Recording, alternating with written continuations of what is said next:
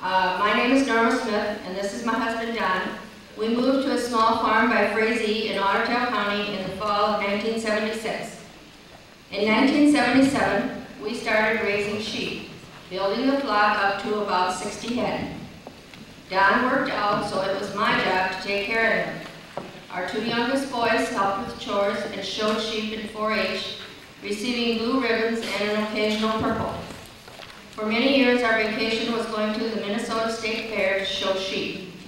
For 18 years, we continued to raise sheep. In 1995, the potato farmers moved in.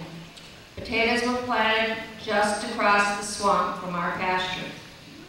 That summer, an airplane sprayed every Saturday morning at 5:30, the same time the sheep were out grazing. Time came, there were no lambs.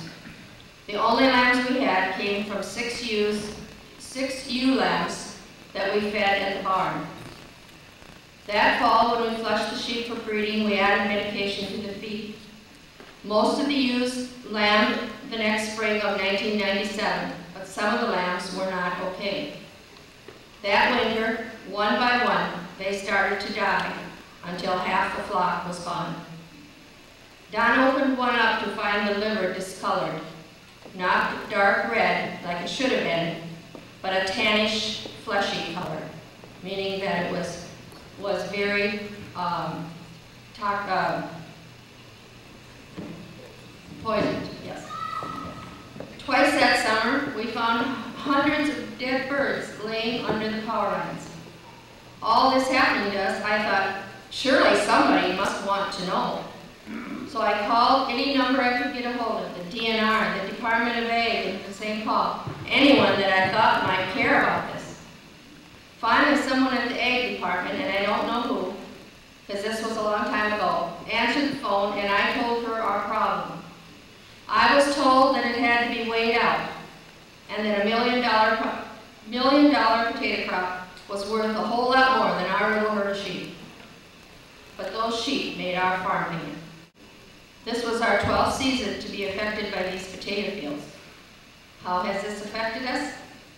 If we stay outside while spraying, it isn't very long, maybe 15 minutes, and both of us will get a headache. You feel nauseated, maybe kind of compare it to motion sickness. So we have to stay inside the house, or we have to leave. Don also has trouble with his throat. A year ago, our arms started falling asleep. My right one, his left one. We also have other symptoms that the doctor cannot explain. My doctor said, I have no answer. Now we have cattle, and they don't cycle right either. And we have been buying our drinking water for 10 years. We know we get drift more than just the day they spray.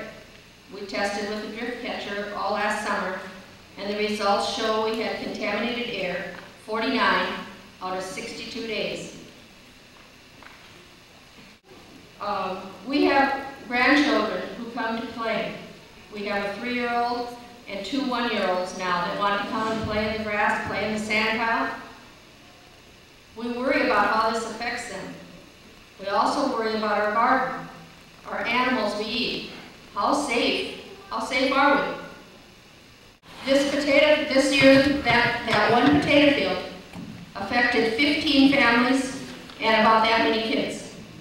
In the 1.5 miles up our road, there are 21 families and 22 kids that live next to these potato fields. We had potatoes all around us this year. This is not accidental drift. We're getting this drift all the time.